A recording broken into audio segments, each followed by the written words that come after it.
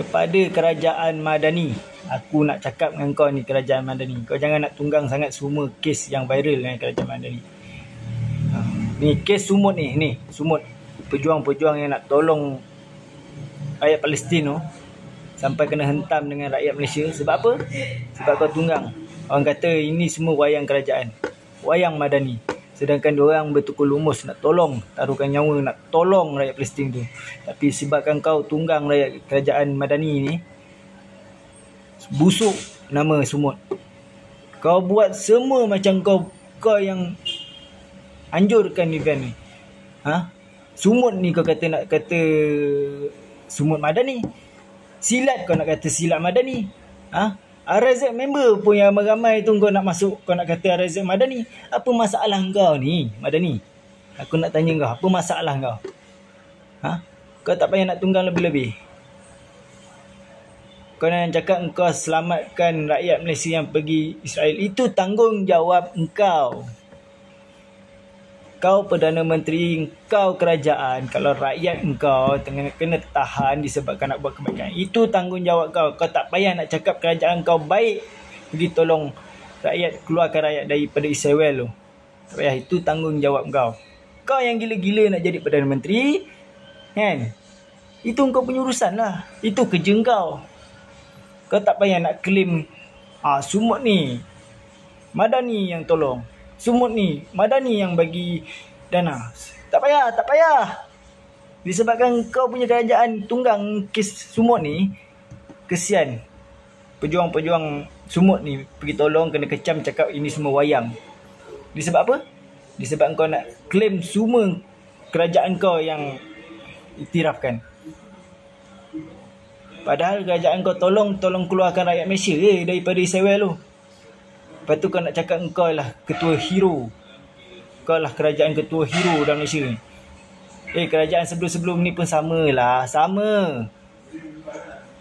Dah dia tahu tanggungjawab dia. Dia ketua Malaysia ni. Dia kerajaan Malaysia ni. Kalau rakyat dia pergi berjuang, kena tahanan, dia wajib tolong keluarkan. Bukan nak claim sebab kerajaan dia yang pergi susah payah tolong keluarkan. Tak.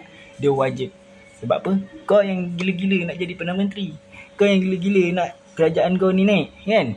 Itu tanggungjawab kau. Kau tak payah nak kecoh-kecoh nak cakap, wah, Madani sudah tolong keluarkan rakyat Malaysia yang pergi Sumut. Terbaik Madani. Tak ada. Itu kerja kau. Kau punya kerja. Kau tak payah nak claim sangat. Sumut ni kau nak claim Sumut Madani. Budak-budak silat kau nak claim silat Madani. Yang event-event motor kau nak claim RZ Madani. Sebaiklah peserta RZ ni, budak-budak RZ ni bijak. Yang kau pergi pun bayar dekat dia punya ni je, kan, kepala je. Tapi budak-budak RZ ni boleh fikir. Semua kau nak politik kan. Sebab itulah apa yang kebaikan rakyat Malaysia ni buat, semua rakyat dah rasa macam wayang kerajaan. Sedangkan diorang buat bertukar lumuh benda ikhlas di hati dia. Tapi korang claim, kerajaan korang claim ni yang rakyat akan nampak benda semua wayang untuk wayang Madani.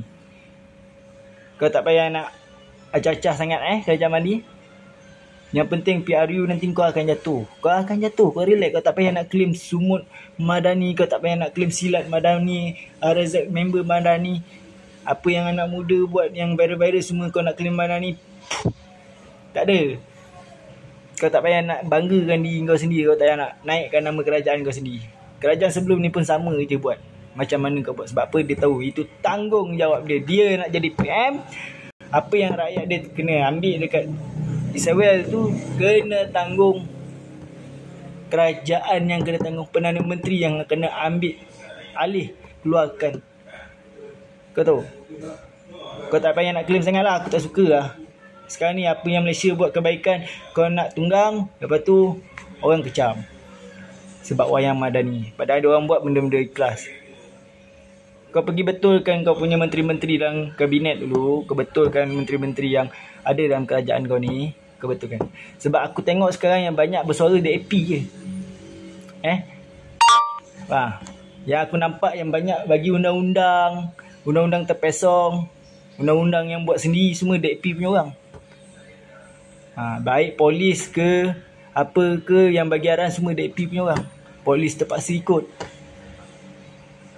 Kau pergi betulkan dulu, kau pergi tengok dulu. Aku tengok kau ni pun tak berani dengan DAP kan. DAP bagi undang-undang busuk pun kau diam je. Yang kes mabuk dalam mesyuarat ASEAN tu, kau diam je sampai DAP punya orang bersuara. Menteri DAP bersuara, dia pertahankan kes tu. Kau Islam, apa yang kau tindak? Tak ada apa. Sebab apa? Kau penakut dengan DAP.